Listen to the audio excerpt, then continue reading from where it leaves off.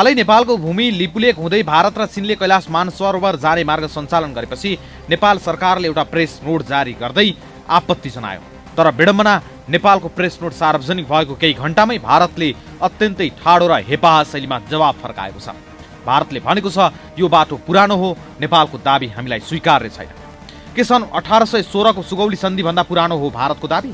के दुई ठूला छिमेकी मिलेर सानो देशको भूमि मिच्न पाइन्छ? सबैभन्दा पहिला घटनाक्रमलाई बुझौं। भारत र चीनले नेपाललाई बेवास्ता गर्दै नेपाली भूमि लिपुलेक हुँदै कैलाश मानसरोवरको यात्रा खुल्ला गरे। यसपछि नेपालमा नागरिक स्तरबाट तीव्र विरोध भयो। जनदबाव बढेपछि आइतबार साँझ नेपालको परराष्ट्र मन्त्रालयले 6 बुँदे प्रेस नोट जारी गर्यो। यस नोटको दोस्रो बुँदामा नेपालले निकै शक्तिशाली र स्पष्ट भाषा प्रयोग गरेको छ, जसमा लेखिएको छ 1816 को सुगौली सन्धिबाट नै महाकाली नदी पूर्वका लिम्पियाधुरा, लिपुलेक र कालापानी नेपालको अभिन्न भूभाग रहेको तथ्यमा नेपाल सरकार पूर्णतः स्पष्ट र अडिग छ। नेपालले भारतलाई मात्र होइन, चीनलाई समेत स्पष्ट रूपमा भनेको छ कि यो भूमि हाम्रो हो, यहाँ सडक निर्माण, सीमा व्यापार वा तीर्थाटन जस्ता कुनै पनि गतिविधि नगर्नुहोस्।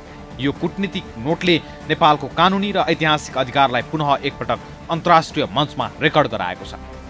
सामान्यतया कूटनीतिमा एउटा देशले पत्र पठाएपछि अर्को देशले त्यसको अध्ययन गर्छ र स्पष्ट भाषामा जवाफ दिन्छ।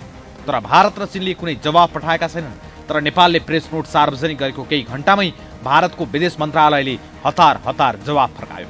भारतको विदेश मन्त्रालयका प्रवक्ता रणधीर जयसवालले अत्यन्तै हलुका र घमण्डी शैलीमा भनेका छन्, लिपुलेक पास हुँदै जाने कैलाश मानसरोवर यात्रा सन् 1954 देखि निरन्तर चलिरहेको पुरानो मार्ग हो। यो कुनै नयाँ विषय होइन। अझ अगाडि बढेर भारतले भनेको छ नेपालका दाबीहरू ऐतिहासिक तथ्य र प्रमाणमा आधारित छैनन्। यस्ता एकतर्फी दाबी हामीलाई अस्वीकार्य छ। अब यहाँनिर एउटा गम्भीर प्रश्न उठ्छ। भारतले सन् 1954 अर्थात् विक्रमसम्म 2011 लाई आधार मानिरहेको छ। तर नेपाल र ब्रिटिस इन्डिया बीच सिमाना तय भएको त सन् 1816 को सुगौली सन्धिबाट हो। सुगौली सन्धिले स्पष्ट भन्छ महाकाली नदीको मुहान लिम्पियाधुरा हो र त्यसको पूर्वको सम्पूर्ण भाग नेपाल हो। 1816 को अकाट्य प्रमाणलाई तथ्यहीन भन्ने र आफूले 1954 देखि जबरजस्ती प्रयोग गरेको बाटोलाई अधिकार मान्ने भारतको यो तर्क कूटनीतिक रूपमा लङ्गडो र नैतिक रूपमा दरिद्र छ। कसैको जग्गामा छिमेकीले धेरै वर्षदेखि जबरजस्ती बाटो हिँड्यो भन्दैमा त्यो जग्गा छिमेकीको हुँदैन। कानुनले लाल पूर्जा हेर्छ र लिपुलेकको लाल पूर्जा सुगौली सन्धिसँग सुरक्षित छ। यस प्रकरणमा हामीले भारतलाई मात्र प्रश्न गरेर पुग्दैन, उत्तरी छिमेकी चीनको भूमिका पनि उत्तिकै शङ्कास्पद छ। एकातिर चीनले नेपालको सार्वभौम सत्ताको सम्मान गर्ने मिठा कुरा गर्छ, तर अर्कोतिर नेपालको भूमि प्रयोग गरेर भारतसँग व्यापार र तीर्थाटनको सम्झौता गर्छ। नेपालले चीनलाई समेत आधिकारिक रूपमा यो जानकारी गराइसकेको छ कि लिपुलेक नेपाली भूभाग हो। तैपनि चीनले यो मार्ग सञ्चालनमा भारतलाई साथ दिनु भनेको नेपालको भौगोलिक अखण्डतामाथिको प्रहारमा मौन स्वीकृति दिनु हो। यो घटनाले के प्रमाणित गर्छ भने अन्तर्राष्ट्रिय राजनीतिमा न कोही स्थायी मित्र हुन्छन् न शत्रु। यहाँ केवल आफ्ना स्वार्थहरू स्थायी हुन्छन्। चीन र भारतको सीमामा जतिसुकै विवाद भए पनि नेपालको भूमि प्रयोग गर्ने विषयमा उनीहरूको स्वार्थ मिलेको प्रष्ट देखिन्छ। दर्शकवृन्द, परराष्ट्र मन्त्रालयले पत्र पठाउनु राम्रो सुरुवात हो, तर आजको दिनमा नेपाली जनभावना केवल कागजी विरोध वा प्रेस नोटले मात्र सन्तुष्ट हुने अवस्थामा छैन।